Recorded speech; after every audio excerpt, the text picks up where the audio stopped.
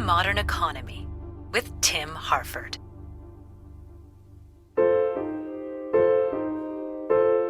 I wish somebody would tell me what Kotex is. That was a bemused young American man at a dinner party in the 1920s. Nobody would, of course. Kotex was a code word, an arcane reference to a secret man was not meant to know. Kotex was, and remains, one of the US's most popular brands of menstrual pad. But to tell you the truth, I had never heard of it. To Sharo Vostrel, author of Under Wraps, this is unsurprising. One of the defining missions of menstrual products, such as pads, tampons and cups, says Vostrel, is discretion. The rest of the world simply isn't supposed to know whether a woman is menstruating or not. Not for nothing was one early brand of tampons called Fibs. Not everyone approved the wink implicit in that name. Fib is a polite word for lie. That was the complaint of one woman to market researchers. Fibs suggests something nasty, secretive, unclean. If I wanted to buy tampons at a store, I would not buy Fibs just because of the awful name. Nevertheless, women have had good reason to keep quiet about menstruation. In 1868, the vice president of the American Medical Association noted that female physicians could not be trusted during their monthly infirmity. 5 years later, the American doctor and sex educator Edward Clark argued that girls should be removed from the classroom during their periods. It was too demanding to expect them to think and menstruate at the same time. The writer, Eliza Duffy, sharply responded that Dr. Clark had no objection to women performing strenuous housework during their periods. Perhaps he just wanted to deny education to girls. Perhaps indeed. It was hardly surprising that women preferred to keep the details of their monthly cycle to themselves, using homemade approaches. But in the late 19th century, as homemade products were replaced by manufactured commodities in other parts of life, why not in this case? The challenge was how to advertise and sell a product that society found unmentionable. The first recorded attempts to sell disposable pads date to the 1890s, but the key technological breakthrough came during the First World War. Kimberly-Clark, a paper company, used a new material called cellucotton to make bandages. Cellucotton was made of wood pulp. It was much cheaper than cotton and far more absorbent. At the end of the war, as Kimberly-Clark was looking for new markets, they received letters from nurses explaining that they were using the cellucotton for something other than bandages. Clearly, there was a business opportunity, but it seemed risky. Wasn't the product too taboo to advertise, or even to purchase? Kimberly-Clark launched anyway, settling on the mysterious name Kotex. It stands for cotton texture, but more importantly, young men at dinner parties had no idea what Kotex meant.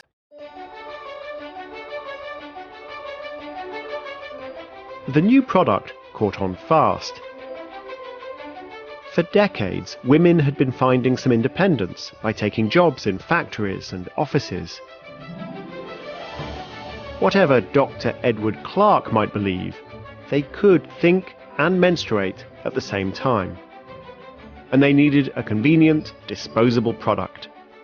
To everyone's surprise, Kimberly-Clark had a hit. The first detailed study of the growing menstrual technology market was conducted in 1927 by Lillian Gilbreth, a pioneer in applying scientific ideas from psychology and engineering to commercial problems of marketing, ergonomics, and design. She noted that modern women needed to be out and about. She emphasized that women wanted a product that was discreetly packaged. But while the products themselves were made to be used in secrecy, soon there was nothing secretive about the way they were marketed. The booming demand encouraged manufacturers to bombard consumers with advertisements, albeit euphemistic ones. Men may have been mystified in the 1920s. By the 1930s, some felt under siege. The future Nobel Literature laureate William Faulkner complained, "I seem to be so out of touch with the Kotex age here that I can't seem to think of anything myself." It takes quite a broflake to blame Kotex adverts for your writer's block, but it says something about how quickly the previously unutterable technology had entered the cultural mainstream. The Cellucotton pad was followed by the commercial tampon, patented in 1933 and marketed as Tampax. The first menstrual cup appeared soon afterwards, in 1937, patented by a woman, Leona Watson-Chalmers. Then came the war. Menstrual products were marketed as a way to help women participate in the war effort. One Kotex ad showed a teenager moping, her broom and mop abandoned. Who would have thought you'd turn out to be a deserter from a dust mop and a few dishes when Mom's counting on you? These days, women spend about $3 billion a year on sanitary products in the US alone. They have long since entered the culture. From a Western perspective, the old sense of embarrassment is laughable. 21st century adverts have mocked the tropes of an earlier age, of blue liquids in sterile laboratories, interspersed with shots of women in tight white shorts riding white horses. But in many parts of the world, it's no joke. Consider the case of Arunachalam Muruganantham, a school dropout from southern India, who, in 1998, decided his wife deserved hygienic, affordable pads rather than the dirty cloth she was having to use. "I wouldn't even use it to clean my scooter," he said. He began experiments to produce a simple pad-making machine, something that could bring both jobs and cheap pads to women across India. His wife walked out on him. So did his widowed mother. What he was doing was simply too humiliating. Muruganantham is now celebrated for his invention, and yes, his wife Shanti did come back, but his setbacks give a sense of just how powerful the stigma remains in many parts of the world. That stigma is one reason why, according to UNESCO, 1 in 10 girls in sub-Saharan Africa miss school during their periods. Dr. Edward Clark might have approved, but this is a serious matter. After falling behind, some girls drop out entirely. Stigma alone is not to blame. There's also a lack of access to clean water and lockable washrooms. And, of course, there's the problem that Arunachalam Muruganantham was trying to solve. Young women can't afford the menstrual products that others take for granted. William Faulkner may have felt alienated by the Kotex age, but nearly a century later, many women are still waiting for that age to arrive.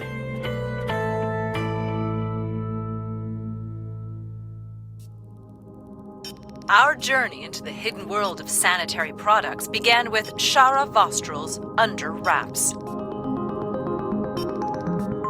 For a full list of our sources, please see bbcworldservice.com/50things.